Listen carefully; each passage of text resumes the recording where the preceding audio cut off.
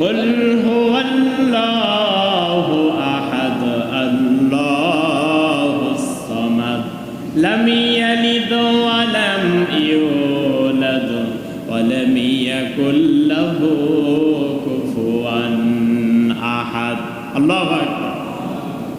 আল্লাহ পাকের হাবিব বলেন, যেই ব্যক্তিরা সূরাতুল ইখলাস তেলাওয়াত করবে, প্রত্যেক দিন একবার যখন তেলাওয়াত করবে, 10 পারা কোরআন শরীফ পড়লে যে সওয়াব হয়, সূরা ইখলাস পড়লে সেই সওয়াব বান্দার আমল নামায় আল্লাহ পাক দান করে দেয়। জোরে বলে সুবহানাল্লাহ। বিশ্ব নবীজি বললেন, কেউ যদি সূরা ইখলাস 2 বার তেলাওয়াত করেন, 20 পারা কোরআন শরীফ তেলাওয়াত করলে যে সওয়াব হয়, আল্লাহ পাক তার আমল নামায় সেই সওয়াবটা যোগ করে দেন। জোরে বলি সুবহানাল্লাহ। আল্লাহর হাবিব সূরা ইখলাসের ফজিলত বর্ণনা করতেছেন, কেউ যদি সূরা ইখলাস 3 বার তেলাওয়াত করে, আল্লাহ পাক রব্বুল আলামিন তার আমল নামায় 30 পারা কোরআন খতমের সওয়াব দান করে দেয়। জোরে বলি সুবহানাল্লাহ। সুতরাং সূরা ইখলাস পড়ার দরকার আছে না নাই? সূরা ইখলাস পড়তে হবে, কারণ সূরা ইখলাস 3 বার যদি কেউ তেলাওয়াত করে, আল্লাহ পাক তাকে 1 খতম কোরআন শরীফ সওয়াবের আল্লাহ পাক রব্বুল আলামিন তাকে সওয়াব দান করে দেয়। সুতরাং সূরা ইখলাস আমাকে আপনাকে পড়তে হবে। আমরা যখন কবর জিয়ারতের নিয়ত করি, আমরা যখন মোনাজাত করি, তখন বলি আপনারা সূরা ইখলাস 3 বার বলেন। কথা বলেন ঠিক কিনা? বিশ্ব নবীজি মুহাম্মদুর রাসূলুল্লাহ মসজিদে নববীর মধ্যে বসে আছেন। নবীজি আমার যখন সূরা ইখলাসের ফজিলত বর্ণনা করতেছিলেন, এইভাবে আল্লাহ নবীজি একবার বললেন সূরা ইখলাস, সাহাবী বললেন, ইয়া রাসূলুল্লাহ আমার মুখস্থ হয় নাই, আবারও বলুন। আরেকবার নবীজি বললেন, সাহাবী আবারও বললেন। সাহাবী বলেন, ইয়া রাসূলুল্লাহ, ইয়া হাবিবাল্লাহ আমার মুখস্থ হয় নাই, আপনি আবারও পড়ুন। নবীজি আমার সূরা ইখলাস 3 বার পড়লেন। সঙ্গে সঙ্গে সাহাবী নবীজির সঙ্গে সূরা ইখলাস তেলাওয়াত করলেন।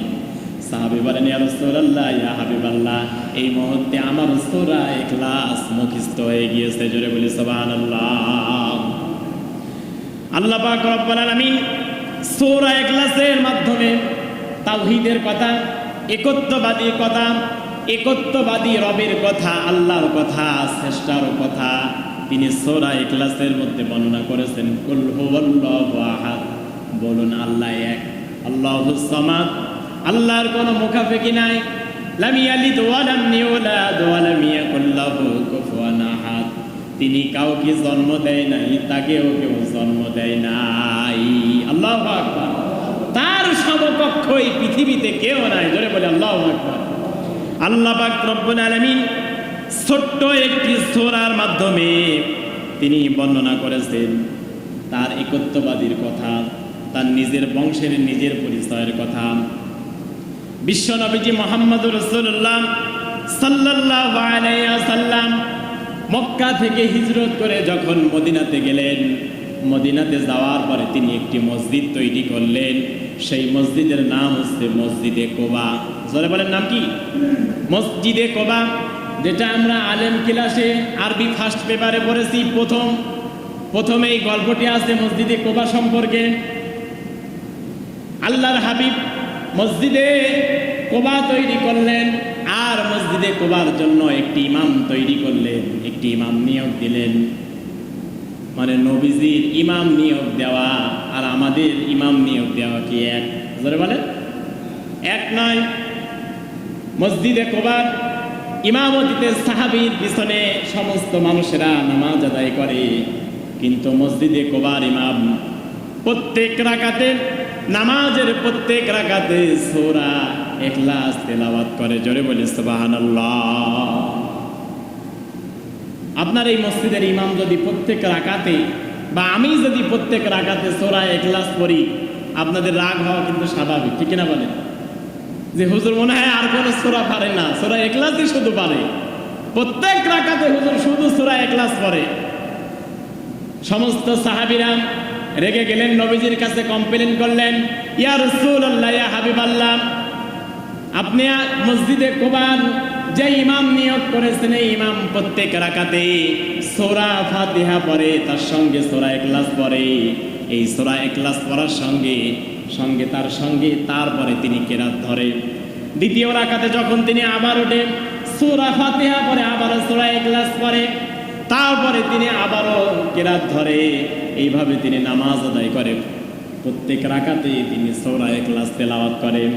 আল্লাহ নবীজি বিশ্ব নবীজির কাছে এই কমপ্লেইন যখন করা হলো, নবীজি আমার মসজিদে কোবার ইমামকে ডাক দিলেন, বললেন, সাহাবী, তোমাকে আমি মসজিদে কোবার ইমাম বানিয়েছি, কিন্তু তোমার নামে কমপ্লেইন আসলো তুমি না কই নামাজের প্রত্যেক রাকাতে সূরা ইখলাস তেলাওয়াত করো, কারণটা কি? সঙ্গে সঙ্গে মসজিদে কোবার ইমাম সাহাবী বলেন, ইয়া রাসূলুল্লাহ, ইয়া হাবিবাল্লাহ, সূরা ইখলাসকে আমি এত ভালোবাসি, সূরা ইখলাসের প্রতি আমার এমন মহাব্বত ভালোবাসা, সূরা ইখলাস আমার বারবার বারবার তেলাওয়াত করতে ইচ্ছা করে। জোরে বলি সুবহান। সূরা ইখলাসের মধ্যে আমার রবের পরিচয় পাওয়া যায়, সূরা ইখলাসের মধ্যে আমার একত্ববাদীর খোদার পরিচয় পাওয়া যায়। এই পৃথিবীর সমস্ত কাফের মুশরিকরা যেই আল্লাহকে অস্বীকার করে, আল্লাহ সম্পর্কে খারাপ কথাগুলো বলে, এই জন্য নামাজের প্রত্যেক রাকাতে আমি সূরা ইখলাস তেলাওয়াত করি। সুবহানাল্লাহ। নবীজি বললেন, সাহাবীরে, সূরা ইখলাসের প্রতি তোমার এত ভালোবাসা, এত মহব্বত, সূরা ইখলাসের জন্য তুমি এত সূরা ইখলাসকে ভালোবাসো, আল্লাহকে ভালোবাসো, ওরে সাহাবী, আমি নবীজি ঘোষণা দিয়ে দিলাম, আজ থেকে তুমি প্রত্যেক রাকাতে সূরা ইখলাস তেলাওয়াত করবা। জোরে বলি সুবহানাল্লাহ। সূরা ইখলাস পড়ার দরকার আছে না নাই? সূরা ইখলাস আল্লাহর হাবিব বলেছেন, বুখারী এবং মুসলিম দুইটা হাদিসের রেফারেন্স।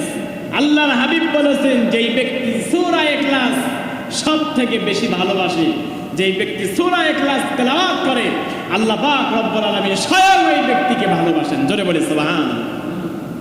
সূরা ইখলাস যেই ব্যক্তি তেলাওয়াত করবে বেশি বেশি করে, হাঁটতে বসতে উঠতে চলতে ফিরতে, যেই ব্যক্তি সূরা ইখলাস সব সময় তেলাওয়াত করতে থাকবে, কিয়ামতের ময়দানে সূরা ইখলাস আল্লাহর একত্ববাদীর, আল্লাহ তাওহীদের ঘোষণা সূরা তার পক্ষে শাফাআত করবে। জোরে বলি সুবহানাল্লাহ।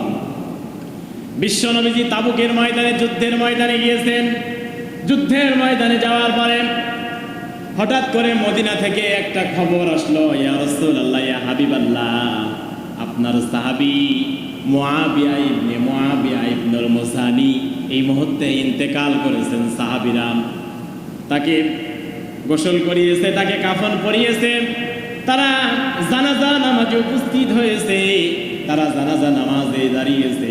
ইয়া রাসূলুল্লাহ, ইয়া হাবিবাল্লাহ, আপনার সাহাবী মুআবিয়া ইবনুল মুসানি জানাজা কি আপনি করবেন না? নবীজি আমার বললেন, তাবুকের ময়দান বিজয় হয়ে গিয়েছে, আমার সাহাবীরা এই মুহূর্তেই তোমরা কাতারবদ্ধ হয়ে দাঁড়িয়ে যাও। সমস্ত সাহাবীরা কাতারবদ্ধ হয়ে দাঁড়িয়ে গেল।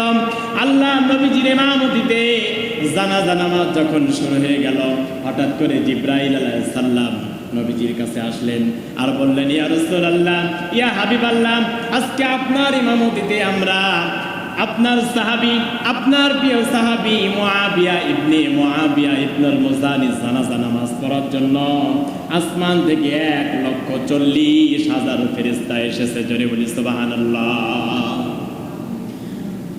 জিবরাইল আলাইহিস সালাম যখন এই ঘোষণা দিয়ে দিলেন, 1,40,000 ফেরেশতা বিশ্ব নবীজির পেছনে দাঁড়িয়ে আছেন।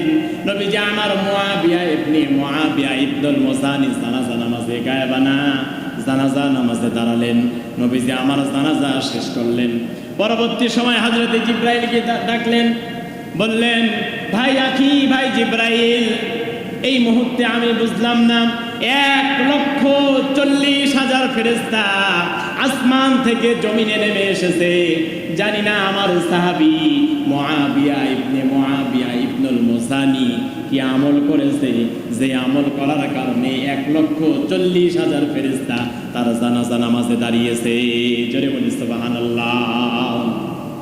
হযরত জিবরাইল এই মুহূর্তে বললেন, ইয়া রাসূলুল্লাহ, ইয়া হাবিবাল্লাহ, আপনার সাহাবী মুআবিয়া ইবনুল মুসানি পৃথিবীতে এমন কোন আমল করে নাই, তবে তার আমল নামার মধ্যে সূরা ইখলাস সব সময় পাওয়া যায়। জোরে বলি সুবহানাল্লাহ। আপনার এই সাহাবী উঠতে বসতে চলতে ফিরতে হাঁটতে যখনই সময় পেতেন সঙ্গে সঙ্গে সূরা ইখলাস তেলাওয়াত করতেন। জোরে বলি সুবহানাল্লাহ। সূরা ইখলাস তেলাওয়াত করার কারণে আপনার সাহাবী মুআবিয়া ইবনুল মুজাহির জানাজায় 1,40,000 ফেরেশতা আসমান থেকে তার জানাজা নামাজে উপস্থিত হয়েছে। জোরে